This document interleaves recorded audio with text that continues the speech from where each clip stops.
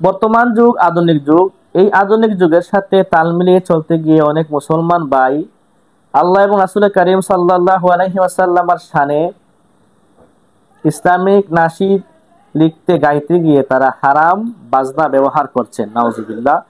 উদাহরণস্বরূপ বলতে পারি, একজন ব্যক্তির নাম আমরা, জনপ্রিয় ব্যক্তি, যিনি ইসলামিক নাশিদ পরিবেশন করেন, মাহের জৈন। তো আরো অনেক শিল্পী রয়েছেন, আমি নাম জানি না। তো তারা যে গজলের মধ্যে হারাম বাজনা ব্যবহার করছেন, তা কতটুকু সঠিক হচ্ছে, কতটুকু জায়েজ হচ্ছে, আমরা কুরআন সুন্নাহ থেকে আজকে ইনশাআল্লাহ তা জানার চেষ্টা করব। উদাহরণস্বরূপ বলতে পারি যে মদ হারাম, দুধ হালাল। কেউ যদি দুধের মধ্যে এক ফুটু মদ দিয়ে দেয়, মিশিয়ে দেয়, তাহলে দুধটি আর হালাল থাকবে না, তা হারামে রূপান্তরিত হয়ে যাবে। তদ্রূপ যে বা যারা গজলের মধ্যে, ইসলামিক সঙ্গীতের মধ্যে, হাম নাশিদের এবং নাথের মধ্যে হারাম বাদ্যযন্ত্র ব্যবহার করছেন, তারা কিন্তু অন্যায় কাজ করছেন, তারা গুনাহের কাজ করছেন। এবং এই বর্তমান যুগের এই জেনারেশনের ছেলে মেয়েদেরকে আপনারা বিভ্রান্তির মধ্যে ফেলে দিচ্ছেন। আপনারা এই বন্ডামি বন্ধ করুন। গান বাজনা যে হারাম, তার স্পষ্ট দলিল কুরআন সুন্নাহর মধ্যে রয়েছে। আমরা কিছু দলিল পেশ করব। হাদিস শরীফে রাসূলুল্লাহ সাল্লাল্লাহু আলাইহি সাল্লাম গান শিক্ষা দিতে নিষেধ করেছেন। রাসূল সাল্লাল্লাহু আলাইহি সাল্লাম বর্ণনা করেন, তোমরা গায়িকা ক্রয় বিক্রয় করো না, তাদেরকে গান শিক্ষা দিও না। কিন্তু আমাদের সমাজে এক শ্রেণীর পিতামাতা রয়েছেন এমন নাফরমান পিতামাতা, তারা তাদের সন্তানদেরকে গান শিক্ষা দেয়, নাউজুবিল্লাহ। আছে না? অনেক পিতামাতা এমন রয়েছেন।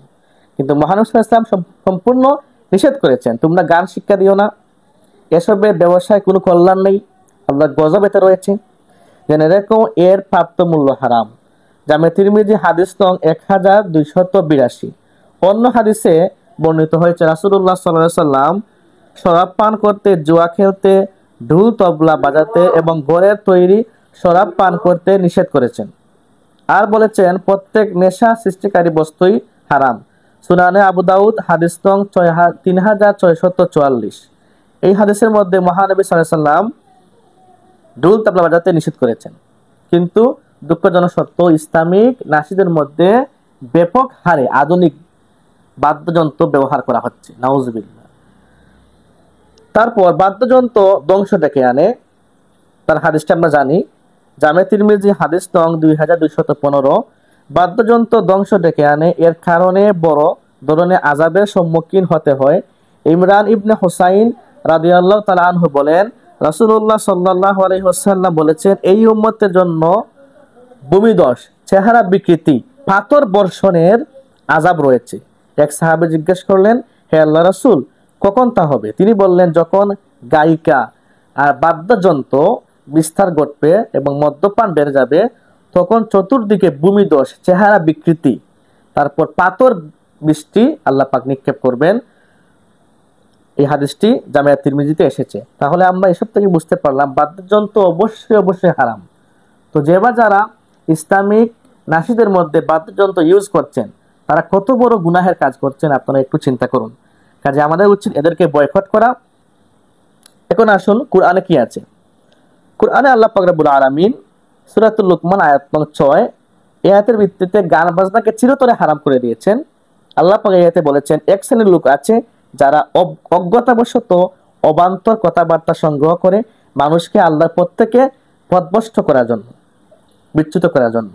তো এই আয়াতের তাফসিরে আব্দুল্লাহ ইবনে মাসউদ, আব্দুল্লাহ ইবনে আব্বাস, আব্দুল্লাহ ইবনে ওমর উক্ত আয়াতের তারা ব্যাখ্যা করেছেন যে আল্লাহ পাক এই আয়াত দ্বারা মিন করেছেন অবান্তর কথাবার্তা, গান বাজনা।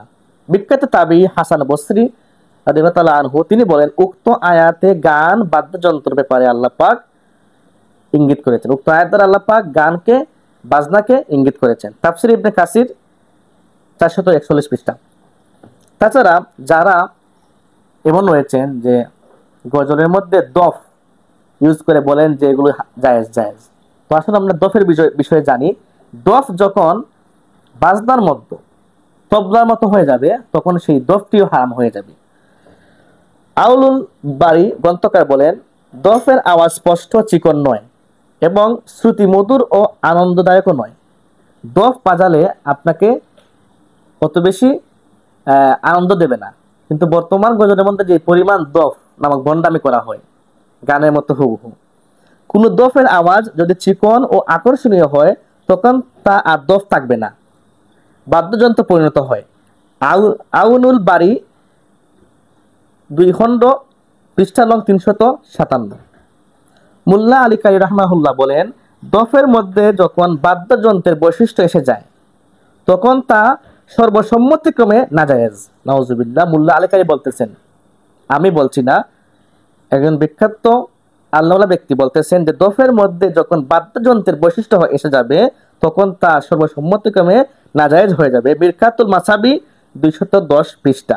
সুতরাং বাদ্যযন্ত্রকে দফের ওপর অনুমান করা সঠিক নয়। তাহলে আমরা আজকের এই যে তত্ত্ব বহুল আলোচনা থেকে বুঝতে পারলাম যে বা যারা গজলের মধ্যে, হামদের মধ্যে, নাতের মধ্যে গান বাজনা দফ নামে বন্ডামি করতেছেন, আল্লাহ পাক এদেরকে হেদায়েত দান করুন। আমরা অবশ্যই এদেরকে বয়কট করব। এদের এই সমস্ত গান শুনলে আমরা গুনাহগার হব। যেহেতু মহানবী সাল্লাল্লাহু আলাইহি ওয়াসাল্লাম বলেছেন যে অচিরেই আল্লাহর পক্ষ থেকে পাথর বৃষ্টি আসবে, চেহারা বিকৃত হয়ে যাবে, বানর কুকুরের মতো হয়ে যাবে চেহারা, তারপর চতুর্দিকে ভূমিধস হবে যদি এই সমস্ত উম্মতরা বাজনাকে তারা গ্রহণ করে নেয়। তাহলে আমরা এই সমস্ত বাজনাওয়ালা ইসলামিক শিল্পী নামক বন্ডদের বয়কট করব। আমাদের আজকের এই আলোচনা বিষয় আল্লাহ আমাদেরকে সেই তৌফিক দান করুন। আসসালামু আলাইকুম ওয়া রাহমাতুল্লাহ।